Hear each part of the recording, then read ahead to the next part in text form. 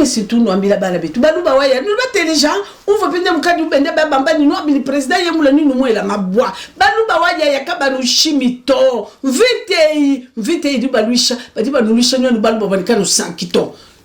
non suni ba manya muluba tuka mupeta mufumwani muluba mupeta mufumu chikondo kai muluba suni ba mebi ba famba ni muji ba famba ni muji baluba bapeta pouvoir bidi kila pinde bwani tusomba tubakenyesha bapanga mai bapanga nzembu bapanga bionso bwani pinje ubabenga mwana wa kadi meme njini disanga balo base bena mbuji mai waya ya baluba waya ya nudi batekemela nzambi ni nzambi uduno ezela bya chikema mutu kena makunu shimato bena buloji bena chanda kabena makunu shimato mutu wala kunu shima no mwambele wewe wikala wachibao tulibamene mwana wa mulumba mupeta pouvoir pinje uzambu watu luki wa muleji makanda ukadi ni ukadi bukele ngubyanza na toenzela ninu mona kaba nushimito.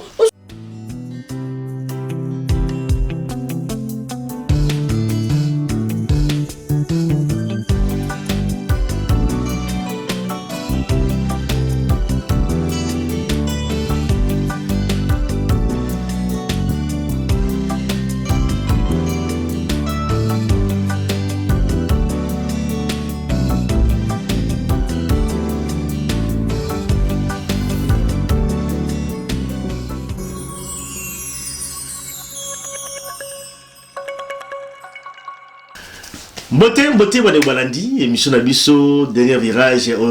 partout à travers le monde. Merci encore une fois, Tourte Nabino Lelo. À travers cette émission, partout à travers le monde, Beauté Mingi, ici Kia Bozali, Lelo, avec plaisir, encore une fois, je reçois pour vous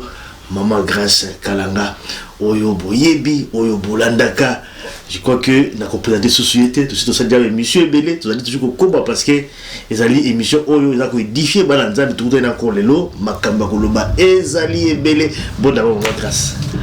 Kalanga bon toi dans la d'abord na pesi bino baso bambote bana tata nzambe bana nzakomba bana kumu na pesi bino mbote bino baso bozali branché. Je pense que Molimo Mosanto asunga biso bolanda biso na bokebi mengai na lobate na linganga lobate so ngana transmettre la ko transmettre kufa na bomo ina bino na pikoli monoko wana ya kufa na bwaki yango papa lima na lati monoko na nzambe mokonzi azwa lokumu abateli yo na ngati mokolo na lelo tata pesi biso pe maloko na lobi que tout ce qui respire loue le nom de l'Éternel yango na pesi bino banso bambote nzambe apambola bino na baibo monanga kala omoninga lisu lelo on est ensemble. Jésus Christ est Seigneur. Merci papa. Merci maman Kalanga. Voilà donc tous autres émissions na biso baté mais beto développer lelo et là les bosso to la carte émission ça dit livre donc il y a maman Kalanga je crois que émission to Bolanda qui la fois passée tout blague un mois rapidement azali ko comme livre et bien livre ici et bimito ba première partie je pense c'est la version Ebele ko bima ba partie Ebele. Comment le diable détruit donc le monde ou tout un peu comme le bilan moi muke na kati ya émission na biso et lelo ba ndenge livre bimi pour la cause ba doit ça pour bazongo nyoso na kati et puis le lubam na kati je vois déjà makasi comment le diable détruit donc le monde tout le bilan en kati émission na biso et l'émission na biso lelo également tu revenir également sur sujet oyo il y a Sali Pass au Bolandaki binotu na ba réseaux sociaux il y a Kabundu Walesa pasteur ce qui évangéliste avec un pasteur Walesa bomonaki oyo elekaki na kati église na ye maman oyo atekaka pondu bomona ndinga bousculaki maman wana la façon donc apesa ki mbongo je crois qu'il y a un chokaki bana nzambe je crois bato ebele to me rappelle tuna maman Grace Kalanga ame pe ko yebisa biso est-ce que nzambe pina sala ka bongo pour de vidéos ani par rapport à acte wana oyo choqué bato ebele to le blanc ka émission na biso et le biso de l'eau maman Kalanga boyi maman Kalanga aussi côté politique azalaka. Voilà, donc quand on a la politique en Boka Nabiso, au niveau de la CENI, désignation, donc il y a présent, il y a CENI, ils allaient toujours concoction, en tout cas, ma confession religieuse, au niveau de consensus, pour désigner, donc, président, donc il y a CENI. Selon des nouvelles commissions, il y a parlement, c'est décidé sur combo ya muto ya okamba seni parce qu'il y a 6 confessions religieuses au pour là il y a déjà combo zali deni quand dit maintenant toute la question Maman Kalanga zali également muluba Maman Kalanga azali servant de l'Éternel aza aussi muluba mais na ndenge to atoza koloba que non pourquoi pouvoir oyo ya Félix Tshisekedi balinga ka muluba a simba seni il y a un peu ça peut point de vue naé par rapport na et puis par rapport également il y a Mokonzi Mboka Félix Tshisekedi Antoine Tshisekedi Tshilombo oyo azali également en voyage à la carte ya poto Maman Kalanga sambela rapona ye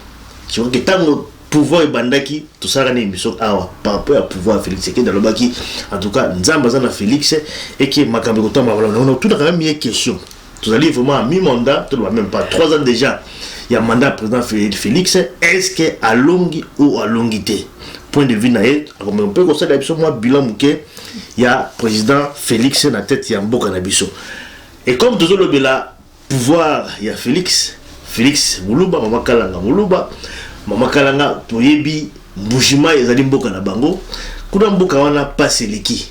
je crois que ba journée belé basi batamboli na mboka wana na mbujima kuna na Kasai batamboli bato bazali ko souffrir passe leki ba kutu kolela tamba kabila alors on tout peut-être Maman Kalanga lelo a l'émission na biso lelo pourquoi est-ce que mbujima ezali pasi makasi bon alors que pouvoir ezali na maboko ya baloba pourquoi vous allez souffrir parce que apparemment dans la information de Yoki même pas président Tia Makoyo na Mbujima soit que Tia Makoyo na Mbujima ba ko bambe mabanga ça dit que bandeko na yemoko oyo bazali se concepter na pouvoir wana to point de vue il y a Maman Kalanga par rapport na en tout cas bon na biso vraiment na bokebi la émission na biso lelo avec des dossiers musu to kolobela à la carte émission na biso Maman Kalanga je crois que batem za mingi meto me ko aborder ça Maman Kalanga au Monique oui Ozunga à pied levé, lobby mituna na yo. Et pourtant na ba ino bien lelo à l'émission il y a Bonzambe à livre au quotidien na makambo. Oui, mais à l'occasion, je crois que occasion to kutai na yo comme yo également aux alliés servant de l'Éternel et aussi dans la politique également on a dit que jouer moi rôle moi makasi je crois que ça il a aussi voilà en politique en beaucoup na biso maman beaucoup la lango parce que vous allez grande combattante ça également parce que maman galanga la grande combattante maman mboka ils allaient maman oyo ils allaient quand même tenir à cœur c'est beaucoup de micro aborder un peu ba thème voilà et puis en tant que molob également c'est aussi une occasion il y a qu'on parler au nom il y a Baluba pour ils allaient un peu beaucoup plus disons à moi profondeur. Je ne peux pas parler au nom du peuple, des nations, mais des Balouba, ça c'est grave. Il y a ma question quand même. Le moi la langue ya kanginga singara kingo bana nzambe. Ani lelo azuma moni nenga kei, wabi ke mama ukata katanga, tikana sala m'introduction ba question ngwe beleske kokoka. Voilà. Toko ke nango alors maman, quand on a tu parler sur les livres, maman to le livre, na na question moko. Je vois maman kala balandaka sur internet. Bato balandaka émission salaka bato balandaka bato babengaka ba témoignage oyo bato basalaka ebele na émission oyo au salaka je crois que bato baza kolanda biso ba yebi oyo lega na kati ya émission ya Maman Kalanga vitesse ya témoignage parce que ngamoko pe dépassanga la façon dont les gens ba bengaka pour ba témoigner ba problème oyo bazali kokuta nango Maman Kalanga vitesse sur quand même elekela biso elekela bato belé. Est-ce que au Simba qui cité est-ce que c'est quoi qu'est-ce qui fait que les oyo Maman Kalanga les missions na yo autant parce que pas mon temps ça la témoignage na yé la bikamo très bien bikamo voilà la loulou ya bikamo parce que bikamo ce n'est pas l'émission bikamo vraiment ezali mi loulou ya donc le sambo il y a le sambo voilà donc merci pour la correction nango il y a des conférences il y a des séminaires tout ça voilà. Alors des témoignages la vitesse dans le bien d'abord biso mom qui va tout dans le développement de thème la biso oyo cette vitesse à témoignage parce que pas mon toi ça la témoignage pas na yo faut aussi confiance ça là comme ça c'est dévoilé to yo ka makambo ya minene ba tu peux la makambo ile ki to zo de la arrêter explique d'abord biso Maman Kalanga vitesse nango est-ce que on ningisa kité pour yo on sait jamais maman merci hein. Merci mingi peuple de Dieu bala nzambe banso ba bozali vraiment branché na kata site na biso kombo ala ka dernier virage wana bande ko virage voilà. Donc et ça la kanga moi esengo parce que tout ce comme la dernière virage c'est stylé hein.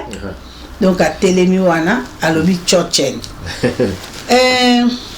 bana nzambe vitesse kitoko o eleki être avec Jésus ezate aza la raison na ye parce que avec Jésus nous vaincrons. Je suis vainqueur avec Jésus. Bana nzambe soko ozala na yeso ya sol parce que moi je viens de là. Zabolo kamata kinga a utilisé la 19 ans.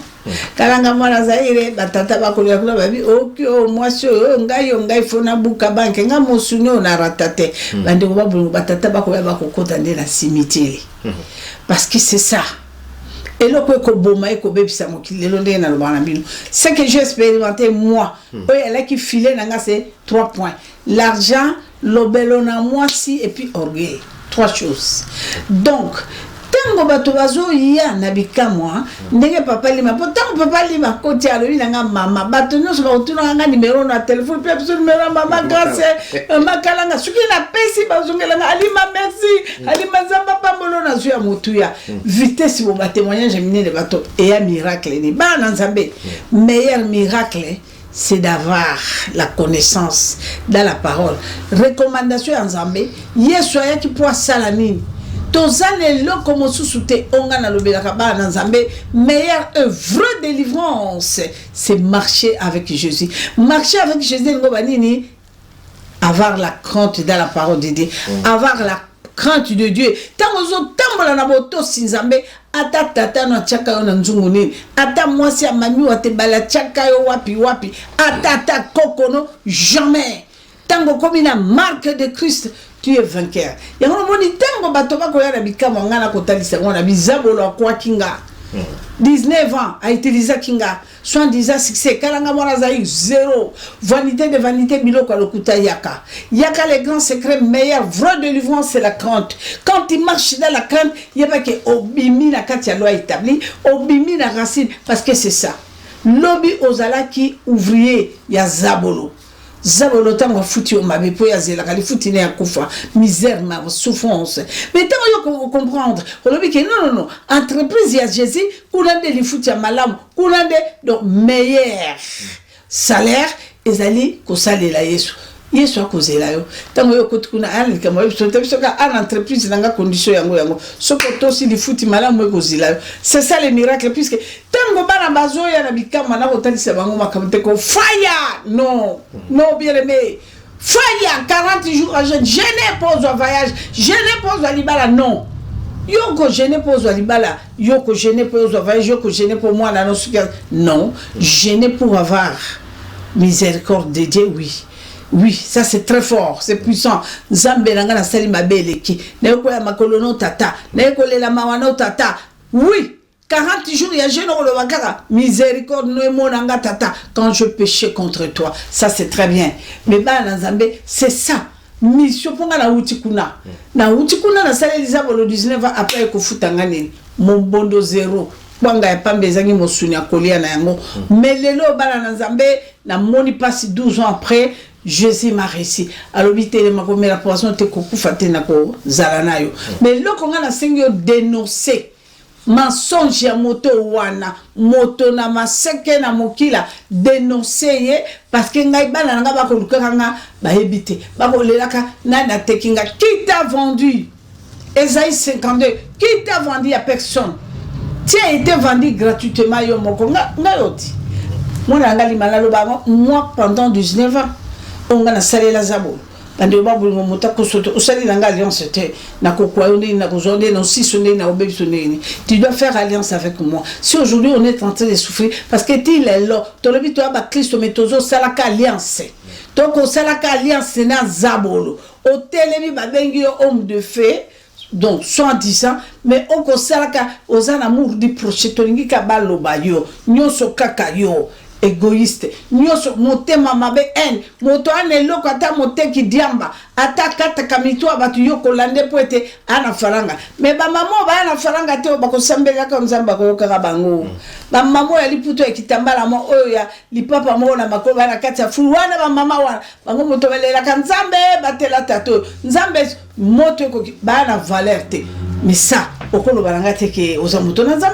C'est ce que moi je suis en train de montrer aux enfants de l'Éternel. Tango bako na biso on habite la batonga na kokanga. Tango nazalaki envoyé Andoki. Tango nazalaki envoyé ya Sirene Bali. Tala batonga na kokanga. Tala bato bala kolongana makambo. Tala tambaye. Oh, mais dikamonanga bomanga yango mama kalanga lobi. Dikamonanga yango nzambe katukamba. Il faut na kimazabolo. Tango motazu des juges ko kimazabolo kutani na Yesu papa bikamwa et monisami. Vraie vitesse yango na la pression répond. Vraie vitesse yango na mama kalanga. Je vois que toujours continuer quand même parce que les lots ils a livre hein. Le livre donc comment le diable détruit le monde, ils a livre oyo et tenaki vraiment mon thème au publié je crois que Moussala déjà ici awa beaucoup là les livres livre introduction comment le diable détruit le monde. Je parlais surtout sur la sorcellerie, l'organisation à sorcellerie, objectif à sorcellerie bah piège les années, comment il s'arrange pour détruire quelqu'un, comment tout est là-bas. Donc comme nous sommes les Bantous, la préférée qui n'a fungolana la sorcellerie c'est quoi? Pour battre pas organiser la sorcellerie avec apungwe moto pour la bouta que le coup à la bande non sorcier à capterner to valina moi ngam na minute to le babo il y a des sorciers bande ko babu bazelite ko pour la boutu na minute za ba sorcier ba ko appliquer ba bi to ça na moi so ko sabisa biso bo boutu na moi il est le faillite continue na kana biso to ko mona so ba kiliate ba bandi déjà ça ba démonstration ba bandi déjà zila mikolo lokola ya zongi bo to luka bana basili to futa bango faranga ba sale loko parce que ndemo zeli na papa ni masoki le mutasale le likita ba fingayo ba sambiso ba ko solo makamba bombi oti ça c'est la sorcellerie pure simple terrible. Voilà. Donc cela veut dire tout ça là je expliquais comment le diable détruit le monde surtout dans la sorcellerie. Et tant que reine je viens de là nayebi organisation makamio tout donc na récolté on a quand il y a comment le diable affecte le monde dans le livre na biso il y a top 1. Top 1 et bimi déjà dans le lobby. Et c'est bimi déjà bande ko ba bolingo bolanda na site abika moi bolanda pe na ba site mosusu belé to se pas de on a bino didi di pumba to zakuna en Amérique et puis papa la biso nani aïe les noms m'échappent un peu partout moto liboso pe oya ko lela kalika mangwa ngaka yo kango patali ma azali wana donc alobi na mama na tangi ka 30 pages mais mutu tamolinga ye na pesa que tangana donc cela veut dire mutu ko tambola parce que c'est contraire si tu connais les stratégies de l'ennemi dans ta vie il devient faible c'est vrai comment le diable détruit le monde mais maman kalanga c'est vrai dans le lobby au présenter ba facette sur la sorcellerie comme dans le lobby na compléter la maman kalanga lobby koloka ezaka te ko pumbuka na butu non mais tant yozo sala ba biloko na pour bloquer moninga no avancer té ko funda na musala ko ça ça aussi c'est la sorcellerie c'est ce qui a en tout cas raconté la carte livre comment le diable détruit le monde mais maman kalanga comment le diable détruit le monde mais comment est-ce que va se protéger contre bah sorcier c'est aussi des problèmes koye bandenge ba détruire c'est bien mais comment qu'on se protège contre bango qu'on se protéger contre l'ennemi première chose tu dois avoir l'intelligence et vendre na katino na sagesse na discernement parce que si on a l'intelligence on a la sagesse mais on a la discernement ils ont mon boulot donc laissez-moi vous dire bien aimé ceux qui au ligne longa zabolo na organisation na nyonso a na mokili d'abord tu dois être discipliné première chose discipline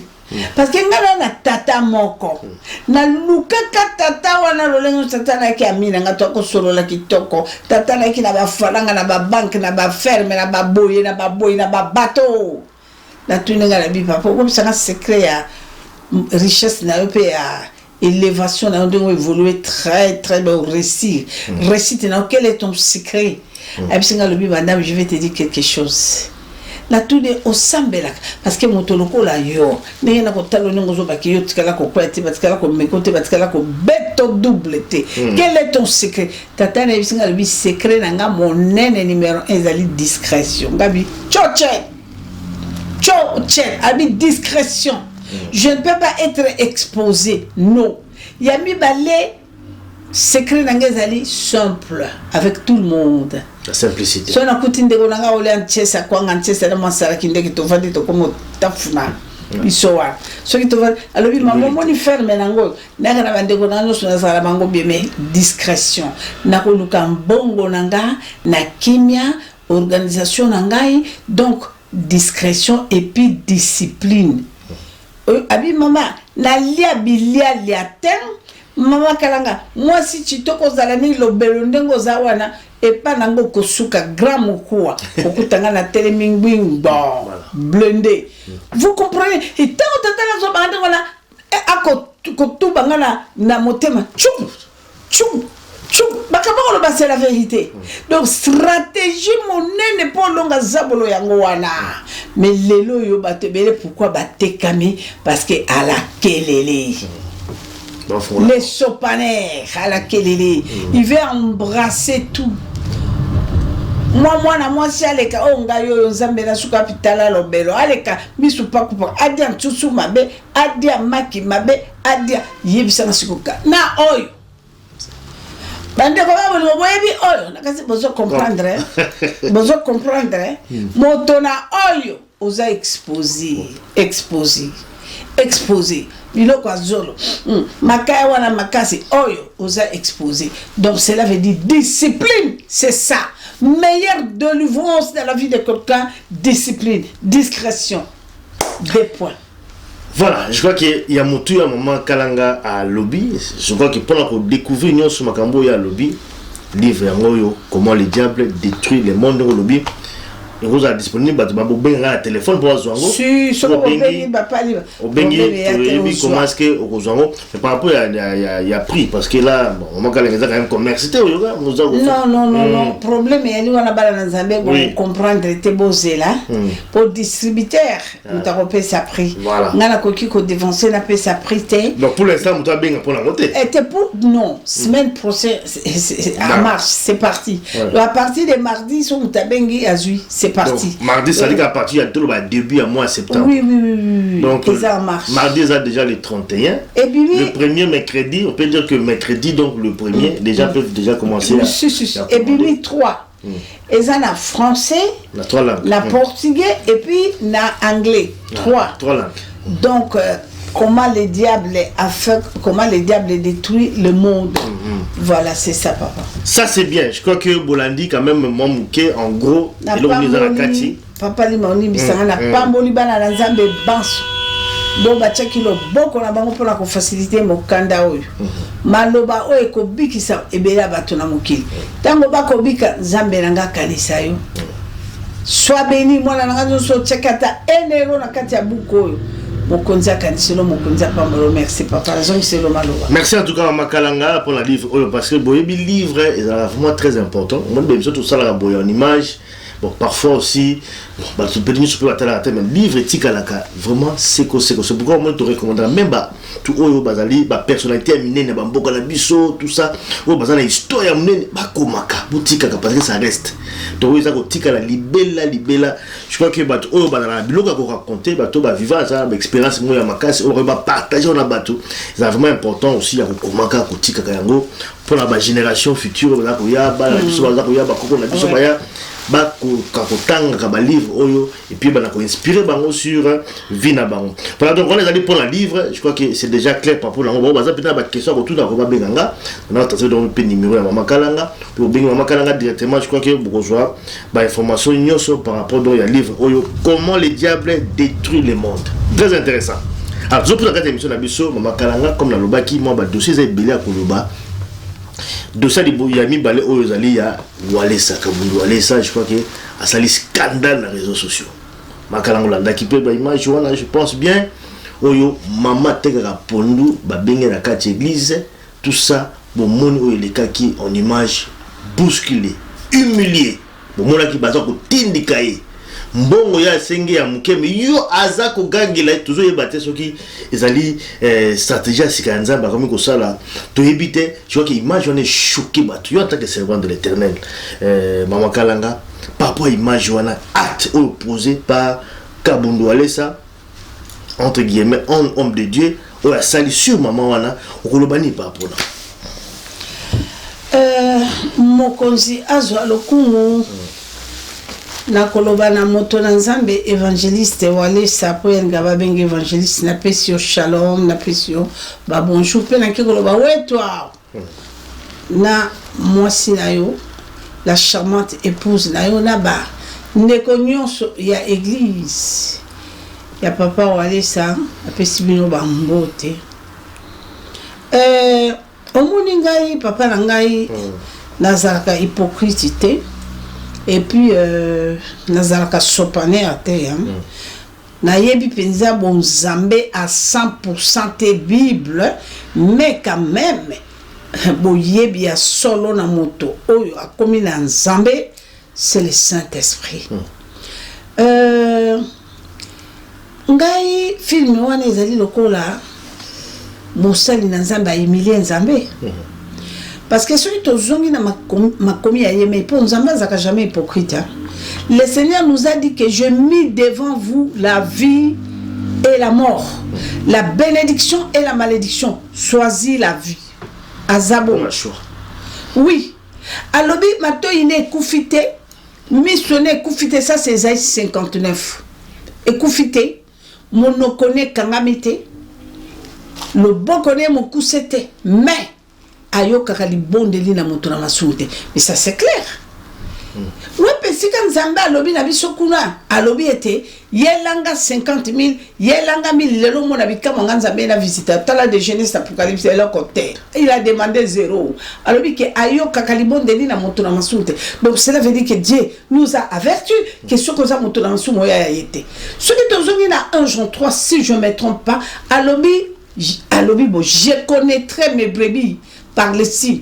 Les diables aussi connaîtraient ces brebis par les signes. Ce qui total cinéma wana eleki wana na kati ya cher et pas ya évangéliste Kabunjo Alessa elingi kolakisani tala lelo.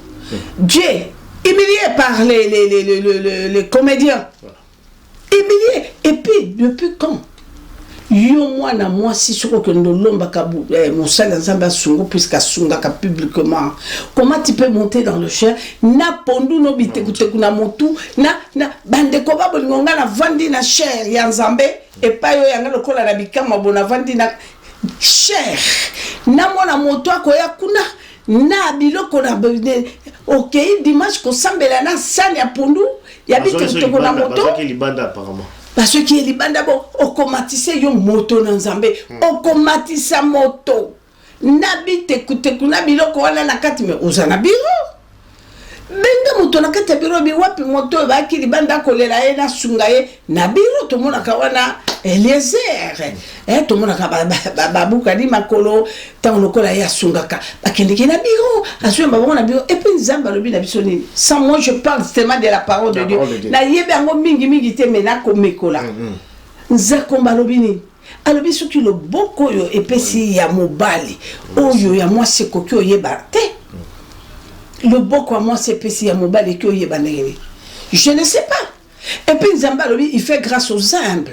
Bande ko ba bolingo il fait grâce aux humbles. David azaki na armée, azalaki na ba armée sophistiquée, ba soldat ya David. Tango Nzamba kwa ici David alongoli epete alobi o salimabe. O tie moi c'est soldat na ngai dzebe. Pe comment ti soldat na ngai o bomi e sini lo ba ko lapider yo. Oko kalikam. Mais armée ya David lo ba ki me ba sepeli bo. Parce qu'il fait ko ya le tobo mana. Biso tozala asaki na ba armée lourd, asaki na ba auto blindé, asaki na ba armée sophistiquée. Mais bande ko ba bolingo David, qu'est-ce que David a répondu?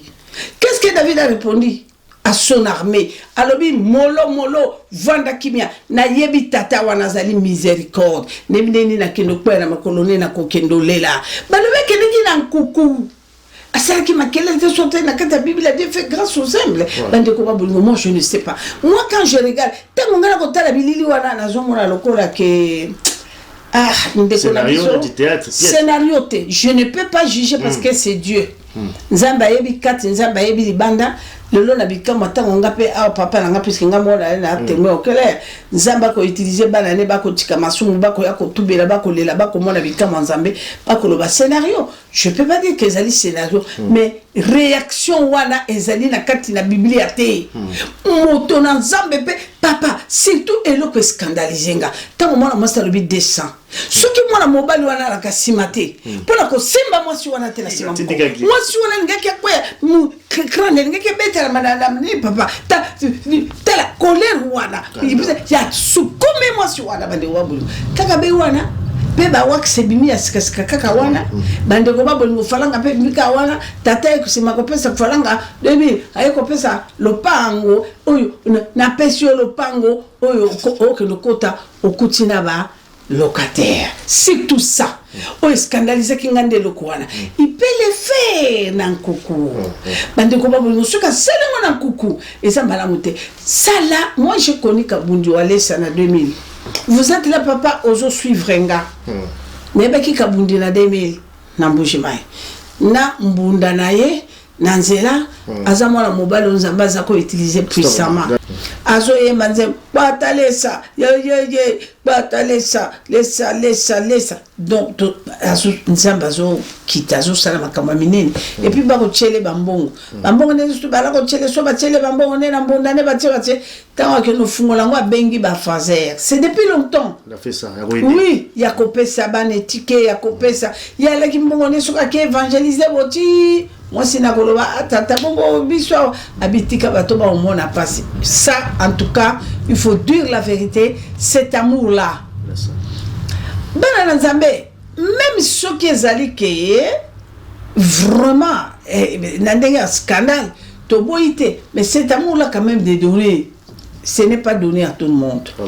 mais eloko nde ezali la manière ndenge ya kosalela ngo na kati ya biblia parce que tokosalaka makambo biso tolingi te bana nzambe biso sengeli tosala makambo oyo nzambe alingi nga mama na bino ndenge nazalaka bana na nzambe na kolobela bino vérité soki nzambe alobi na nga eloko bona alingi te lo nga na kolinga or mingi nga na kolinga na kisoki na zwi 200 na nga $300 na kokanga botiso ekokisi 6000 na ke na sobi or ya diamant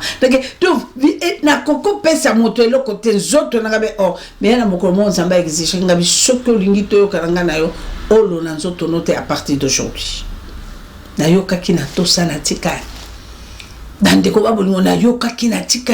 so na bisibino makambo esala babondima te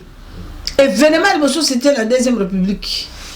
ce que je vécu à cause ya ba oro yanga et na tikiti na comme na 90 sur na zubo na ko kanga et ça la 3 destination mas fona so makaka o eloko eza la pierre diamant mais tango nzamba lobaki mutawo bisanga zate ba benga na papa la biso ya Bethel papa la biso papa comment il s'appelle encore papa le vieux non son père Mbia papa Mbia na convention moi c'est na ba mama wana tango ko landanga a sollicité kinga mais tant on a kena bureau na binanga mama okozala voilé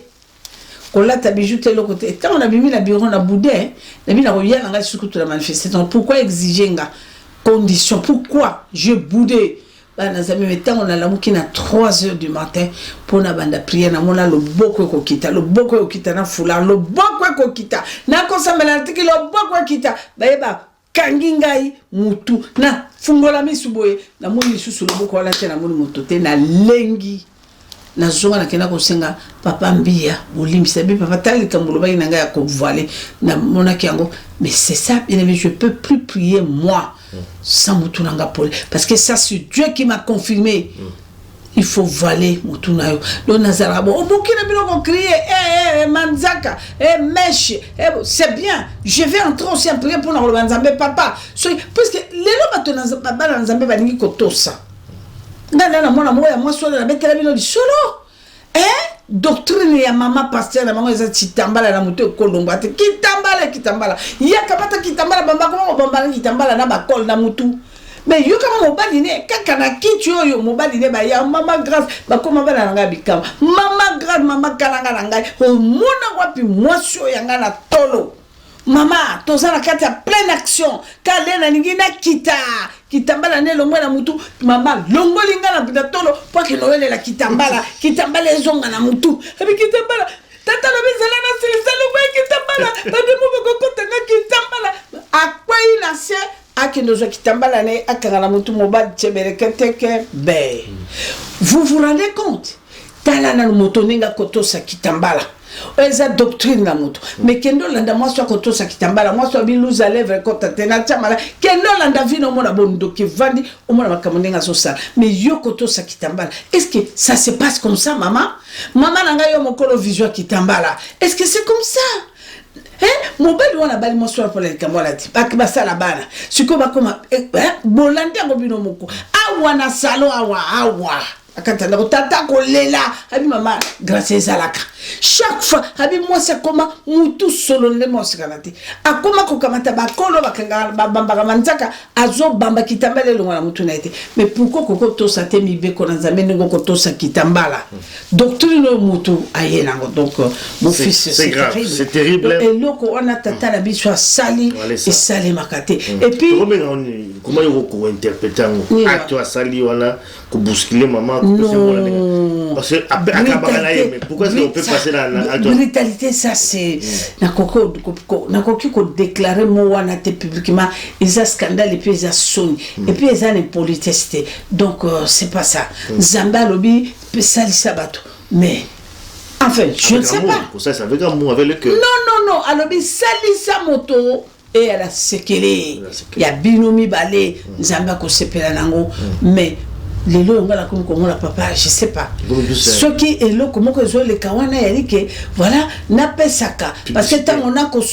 senga batu pe ba pesaka ngapo puisque comment bongote tikana sa ponga pe batu ba pesaka nga po ba kebe et là on est là qui ça que vraiment ce qui batu ba fait sur 100 millions au kamata 100 millions na nyoso ki na ngoko ko pesa batu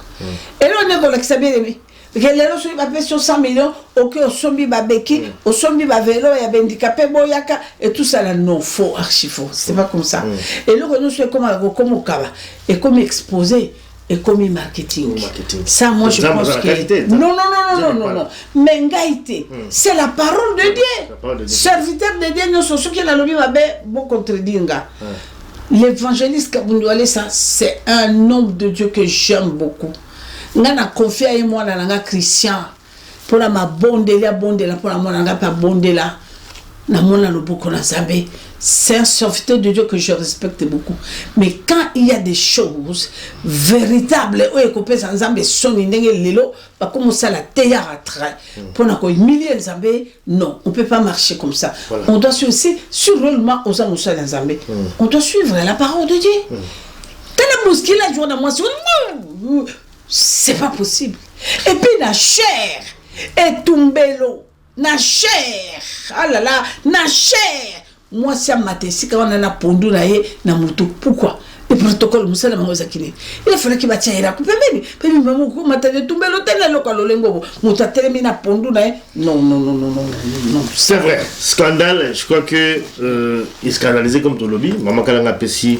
version naé du lobalé par rapport nango donc Nzambe azalaki na kati ya nini donc tozo poussa na mke na émission na biso lelo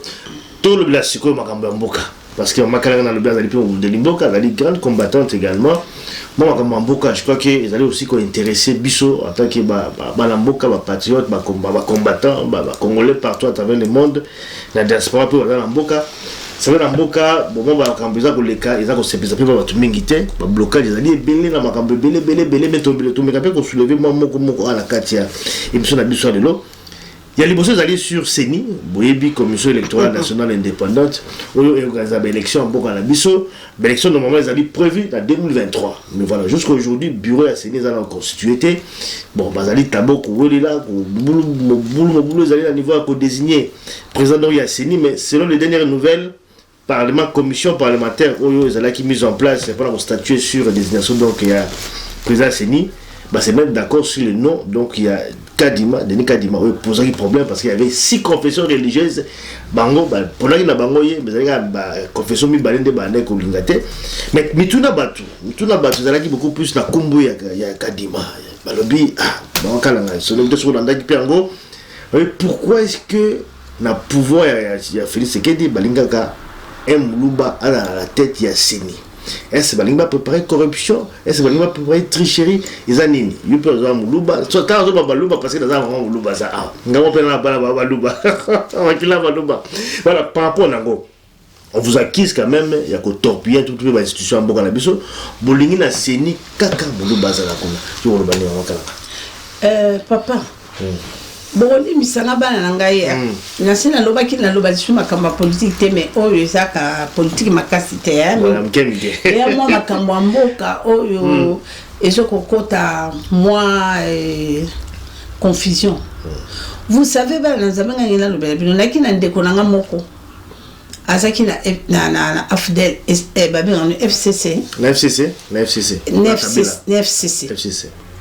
Nanga oyo bomoni nanga bolandanga très bien nanga oyo bomoni oyo majorité ya kovoter ba votaka ete nanga mais quand nanga est allé rencontrer l'ancien président Kabila a payé mot de passe nanga payé assurance bazoki décision hein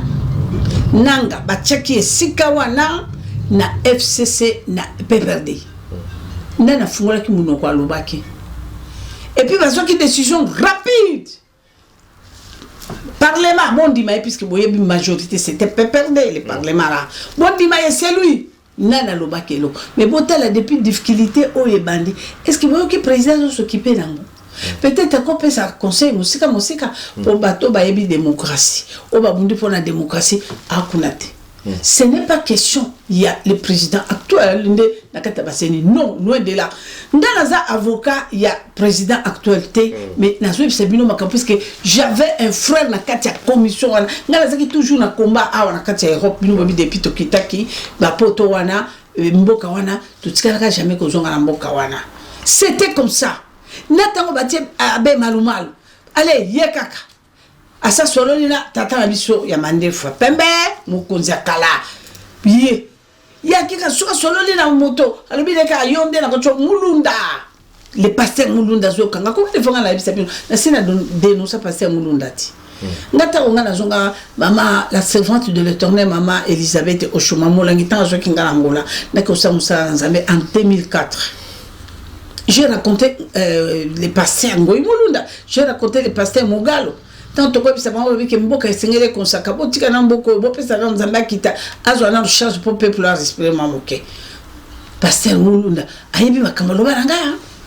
Réponse oya lo baranga pour les anciens présidents. Oya Otiolongwa. Le monsieur, na biso papa Mongalo ya maison civile. Atalanga bien. ezalaki na présence ya maman na biso au matuka wasaki vice-président parlement le roi le président ya parlement longwe ya tikala ki a continuer ki bana basora bala tant bakaki message nga balande babi maman solo to consacrer ce que le président actuel a fait ya côté la 2004 na même kango ba yebi réponse ba pesaki parce que seigneur zalaki ya bango et comme ça nga pas seigneur comme la batu ya FCC baloba que non parce que Muluba Muluba ngalengi na tuna bande ba Muluba pesa na lobiso Muluba azwa pouvoir ya présidence en colonie quand oyo likambo ekomi ya baluba nazana problème a motema pasi comme na mwana mbali ya Muluba acheka photo na yebo na kati ya mutuka koleka ba écraser ye soit disant na kokotanga na ngati puisque preuve ezati zo batabola mukato wala makambo nzambe non ça se passe pas comme ça et lo ganga na kikolo baba na nzambe mais majorité 6 wana natango bango bandimi majorité wana natango bango bandimi balobi ete non mais mu démocratie ezali tokuti ce que totalité le loba na nzambe bino bato bo Hollanda biso la dernier virage nakoloba mibeko ya constitution o le président actuel la kokobarango ezani ya kalati ezaka bangoti. Mais la majorité bazali déjà na kati loko wana majorité bazali mais donc ba bino bo tala te président actuel est-ce que pour moi na ko benga tama kama sentencer non pour ça halobi totika état de droit totika constitution akata makambo moi je pense que on est dans un cas complexe hein et ça faux débat yakobake parce que aza Muluba pour nini tokoko ka bwana peuple de papa lima Muluba mais c'est un Congolais Muluba wana to ya kokota vous croyez que Muluba basala makambo tala oyebi élection en balo et cause la transparence moko incroyable parce que moi je pense que le président actuel a ko benga mokili mobimba ba baza ba témoin akokamata na bato bakozala bacandidat wana na bafamille na bango baautorise parlement voter yango bazala. Donc ye eza transparence mpona nini bana nzambe ndenge nalobaka toujours ke mwana nzambe ndeko nango atindelenga bilili okoloba nango olobi mama gasaka ozongisa suku mwana nzambe nga natindeleke bilili moto azokota na bafranc-maçonnerie non eza bilili ya 2020 ntango mokonzi akendeki na Rome. Ntango mokonzi akendeki na Rome bandeko nanga bakoakompagne na basango wana bato wana na sali ndenge bayambaki ye eza likambo wana ndenge yo okanisaki ndenge otindelaki nga te. De toute façon bana nzambe les dieux qui sont de le rein le cœur yende ayebi banani oyo ya yebi oya ko condamné yemoko pe ayebi banani oyo ya ko baboyo bali bananga, puisque je viens de vous parler tout de suite que il a dit dans sa parole je connaîtrai mes brebis par le signe et les diables aussi connaîtraient ses brebis par les signes. Donc cela veut dire ngana zomi solo mo moke papa lima eza faux débat bandeko babolingo ekokamwisanga lelo komona ke biso bandeko na biso tolobaki démocratie état de droit lelo tokomi kokelela minondo omoni moto papa soki azangi elema yaye ko se défendre nango soki aloba amona makambo ya loba makambo koma ndenge mususu ekomi kao ndoko mona ko ya ko luka débat yake to sala bon pona wana eza faux débat. Moi je pense que sisi wana majorité wana basi baponaki to landa constitution pe ezali là par consensus qu'on a la majorité te ko yokala. C'est pour moi les arguments là débat zali parce qu'il faut qu'on élire mutu ko pona mutu par consensus, ça dit que boyoka les que majorité tété so majorité pe basi baponaki comme mi balé ba nego lingate, c'est pourquoi il fallait menga na lobi papa ozomona makambo Patrice Musoko ayemba ka lobi j'ai cherché le monde, je l'ai trouvé à l'église. Voilà. À l'église j'ai trouvé le monde. Sur otali lelo bato ba ko compliquer makambo biso bato na nzambe papa te ona pona ko tiani so to moni bato mi balé ba ko yokana te biso to sali to rapporter to zala nini au milieu du village pona nini moto na nzambe Jésus-Christ est venu pour nous réconcilier. Jésus-Christ. Mais le temps on a mon cardinal Ambongo avec tout le respect papa que moto là bas lingotier pour moluba pour tricher, mais c'est grave. Je ne confirme pas mes pesanga parce que nous surtout l'église catholique il y a un exemple ko sangi sabato ko tia mais bakamati intérêt na bango babi o su kazali biso to ko o ibe loko onyo soto ya nini papa. Moi je vais te dire quelque chose. Pourquoi Jésus a eu des problèmes sérieux? On l'a tué, on l'a humilié, bah, considéré le la criminel. Vous savez, c'était pourquoi? Parce qu'il a mené l'éclaircissement, il a mené la lumière. Ayaki na mosembo lumière pour être misala ya zabolo et kokako konzate et kokape ko evrete. On l'a tué. C'est l'histoire d'aujourd'hui. Histoire d'aujourd'hui, parce que le ténèbre ne peuvent pas accepter lumière. Pour ceux qui lumière est bon soto abondo ki na bango no so bako loka et ko bima polele potala yo moko. Bisna na ngwa ebaka ke bakozala na kabala bona kati ya mboka soto yebaka ke bakonzo ba uti ko longola bandeko. Ya troisième république bakozala bako yiba biso bako bomba biso ba sala biso makambo. Talaka mwa mikolo mukyo papa batie mwa ordre muke tala mbongo ya mboka na biso mbongo ndenge pesi na kasi bongo landa ngo bino nyoso tala lelo miyibi ne bako bima lelo na likamba ya gouvernement lelo ya moninga te tala l'ancien ministre ya santé yo moko yebi l'ancien ministre de santé yewona il dépèse en plus. Et puis l'ami aussi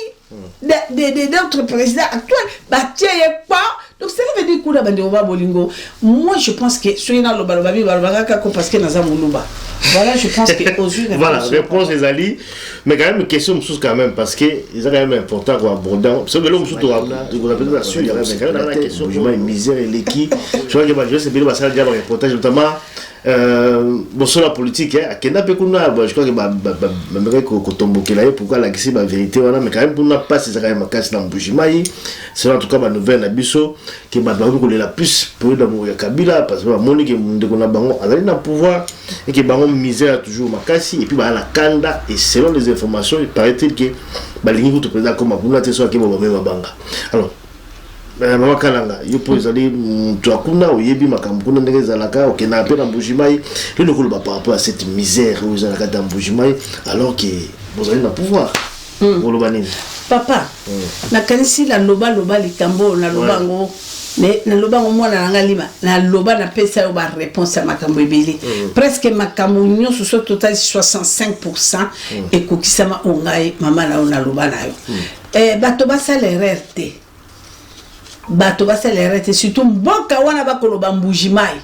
et mboko ngana vandi et mboko ngana konzi et mboko ngana yebi yango très bien. Au moni et là on a le ballon papa yango hein. Ba ennemi il y a notre président actuel. Bo ba ko linga ko bombe ba sala ka stratégie to stol ba na bino ba ko sala ba crise économique ba ko sala ba plan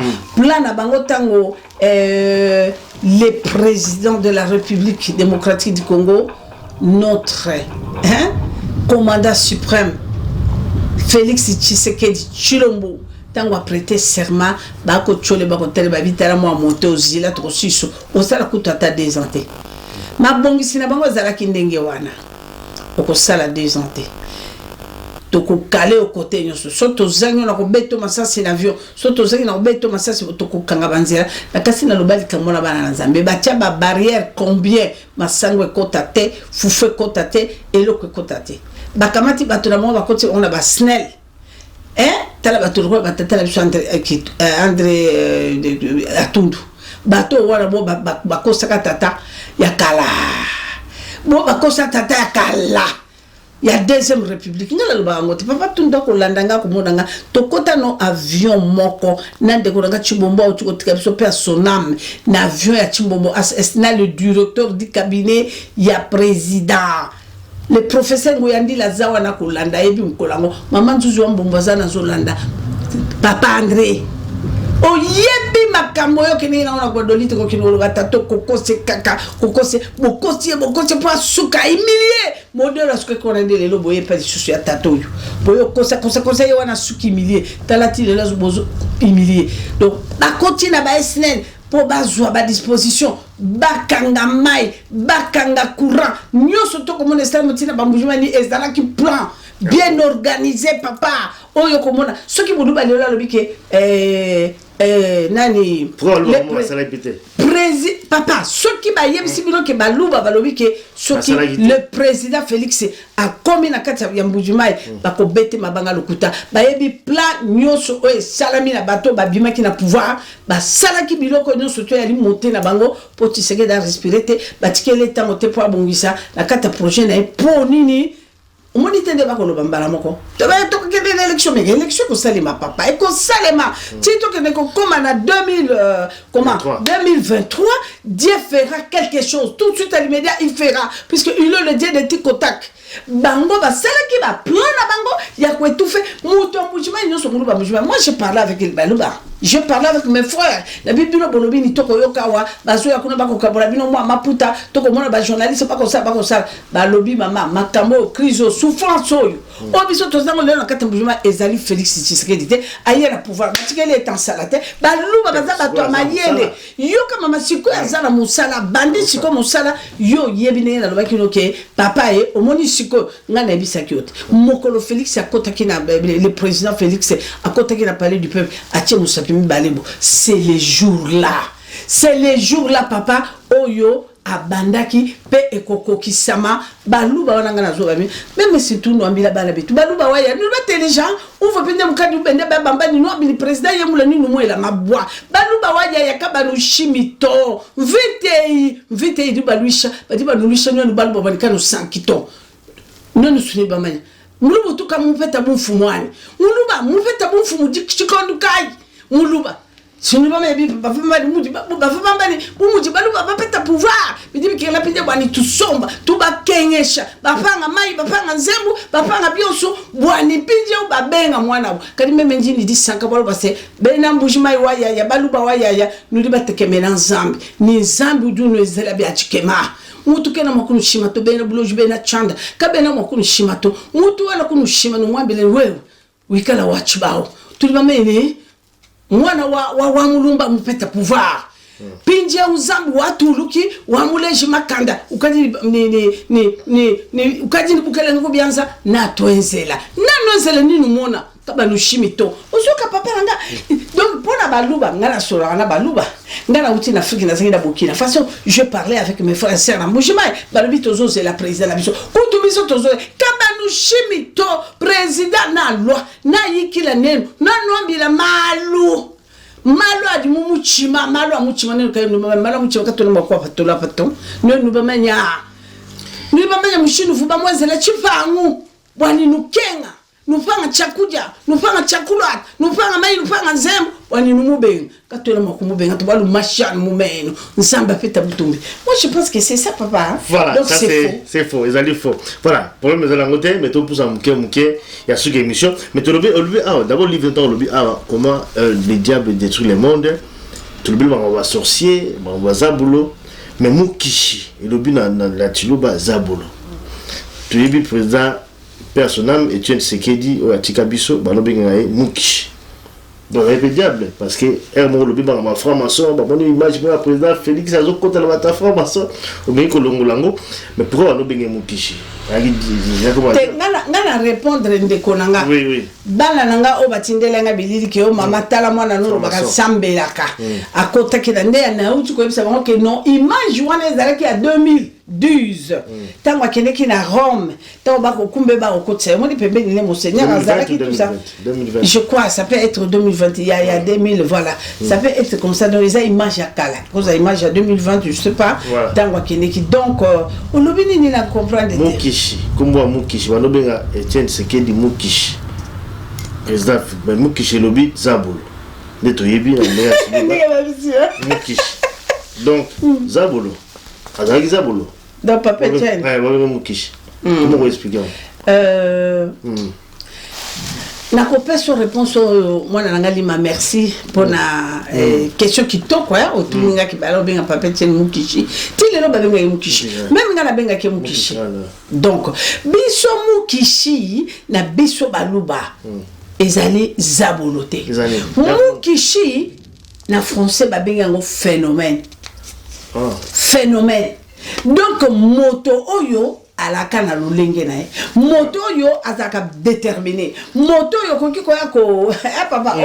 vous comprenez oya ko dévier te oya donc moto aza na position si dit oui si dit non donc moto solo donc phénomène bazala ke belete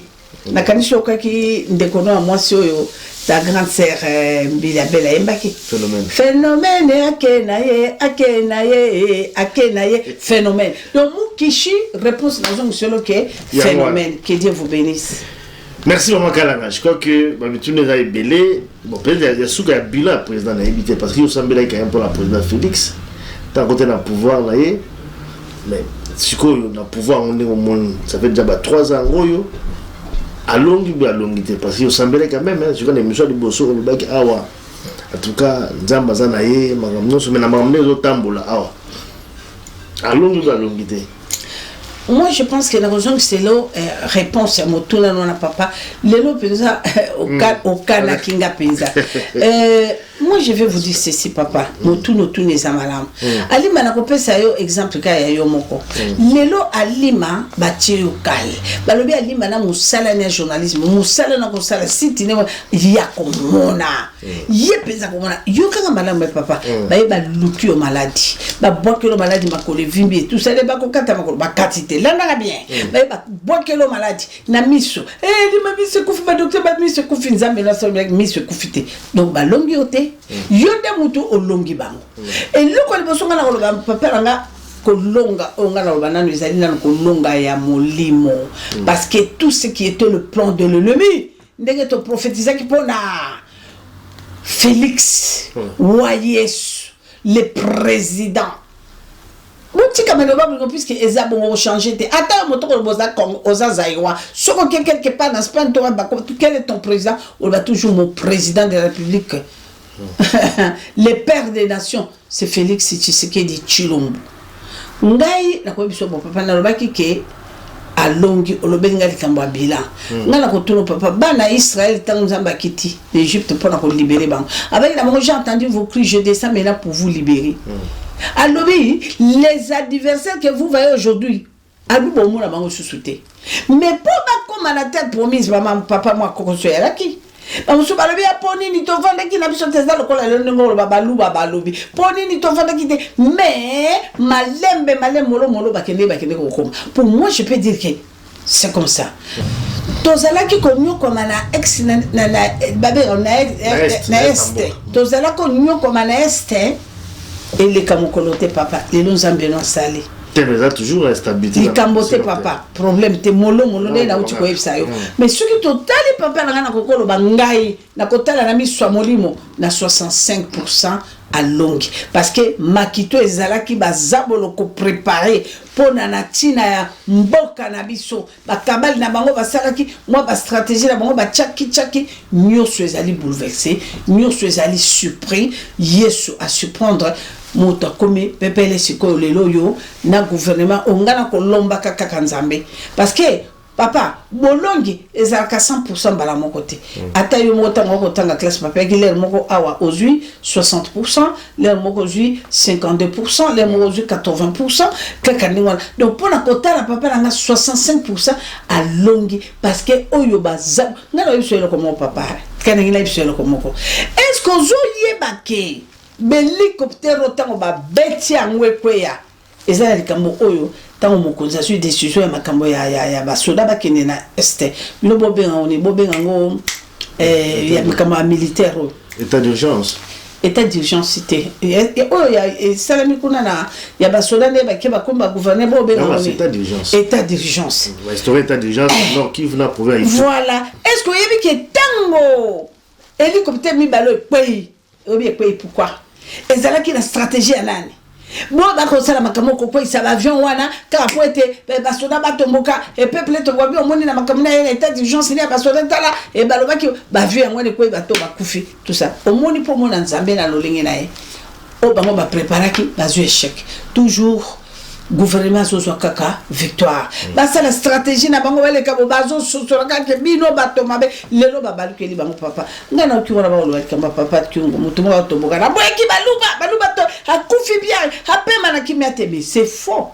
quand quelqu'un dit pardon le pardon c'est une puissance qui libère ngayo lelo papa li manala lelo balanzambe bakobika bakoyoka bakoti na site bakobika pourquoi parce que je demandais pardon Dieu m'a pardonné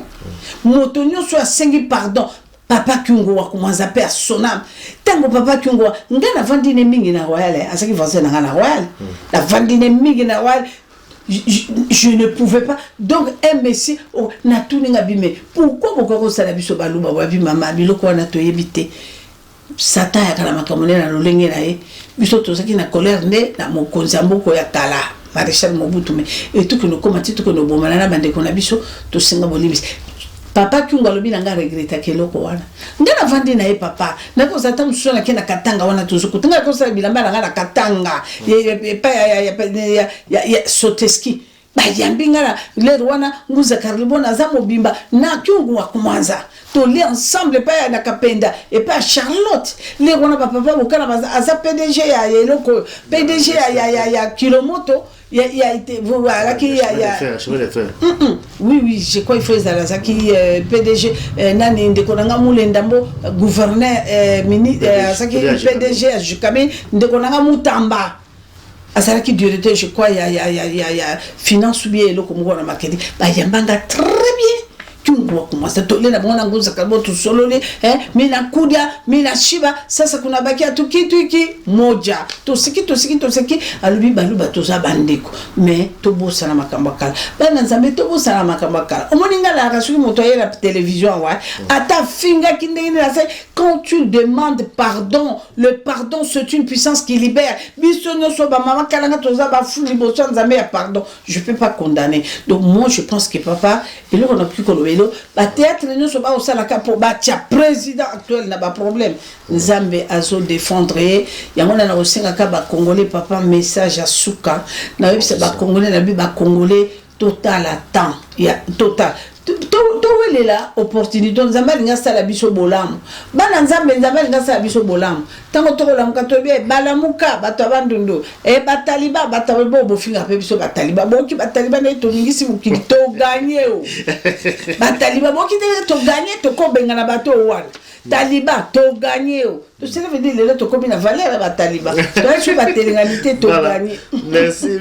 Merci en tout cas maman Kalanga pour le message qui toko tout comme vraiment sur cette émission. Merci papa. Donc important de le bien sur le livre comment le diable détruit donc le monde. Bon peut-être va contenter biso to yeba ndeko orienter bango. Merci papa. Pour la conjoint livre voilà tout na sur maman. Ata yo mo pena yo tikelo livre ngata moi ça. Na kopamba la peine ni no pe la tata pourquoi pas. Merci beaucoup vraiment maman Kalanga. Tout comme il a souhaité cette émission, vraiment merci à Bandeko Bolani Bisso partout à travers le monde. Maman Kalanga, ils ont toujours cette gaieté, n'est-ce pas, cette émission. Vraiment merci, nous avons appelé ça grâce, comme on peut appeler ça grâce Kalanga. Merci vraiment pour le partage, pour l'édification à Bananzambe. Je crois qu'il faut retenir quelque chose dans cette émission. C'est ça vraiment le but également de cette émission. Il faut qu'on retienne quelque chose dans le lobby, il faut quand même dans le lobby pour retenir le malamo. Pendant que boy bandé beaucoup ce tambola na mokilo est comme déjà mabé voilà donc diable ça partout donc partout au kende boy bandé beaucoup ko s'étemer mais c'est quelque chose que sur le baba vous allez trouver la chose et lo basuka na lobaka ke na langage nanga moi maloba libako isanga raté ndeko amoni ke na betie moi libako akolimbisanga ndeko pa moni ka osala pe émission pour na na yebite ngana linga bino toujours mingi ngana zwana nga exemple à Jésus nzeta mobesu talande basala e makambo ebongo ngayo kaka ona zwa ko ningisa kamwa moto mukila atika nga tranquille te do na sepelaka lebo saka ba émission na bino merci et sengona ngeza la kanzambo ebikata ebilibanda asunga biso ba ya Congo na lingi bino mingi bande konanga tutika kofinga na ya kilobi lelo nzamba koluka to sangana to zalelo komoko ngana ninga makamwana to bino batala muko balu tata muko tuninga bi batindelo image wana batala muka babeti muluba wana ngabi elo ni oleksa bino batabalu ya lamuka banguna mususu ba ko sala ninga ba kende bona komba ala muka ale boke no sala muluba wana bo po lamuka na baluba to bebana non ngamodite na répondre bato pona ndeko nanga ka jomboni ngabina sana preuve to ezola kisake bato ya katumbi non bato soupe ba koluka babi motolo kwa koloba ale bilo mokele kuna bosa le kwa la katumbi non moi je pense que je suis pas Dieu donc le monde des ala makambo ebele ba na nzambe donc moi je pense que to sangana to simbana biso ba congolais to longola na chilu ba ndundu tous à notre Père, que Dieu vous bénisse. Merci en tout cas, Makalanga, pour la précision. Kitoko, Lobi, na Souka Oyo. Parce que Makalanga, Boyebi, dans les passés, à l'époque, il y a le président Mobutu, Baye Bato Basala qui aussi dans le service, Bayebi commence à monter des histoires. Voilà, on peut monter l'histoire, Koselita sous Batou Boye, Koseli Boye. Donc, ils appellent le Mongo, et ça, le matin, sur le Balabo, on ne peut pas ici que l'Oba, et là, vous avez la preuve vraiment tangible. Il faut bien les mettre là pour avancer. To ligne division en boka na biso. Je crois que les ennemis en boka na biso bazo linga siko confrontation mo salema pour que 2023 makambo za la des autres. Je crois que bat base à la vigilance to koya na kati ya piège ya bénémité parce que boka na biso za boka moko biso tout aux affaires unis to kende vraiment unité wana pour que tu avances. Merci à toi Makalanga, la message à Kitoko trouver vraiment la souka cette émission. To goûter prochainement la prochaine numéro. Merci à très bientôt. Merci beaucoup.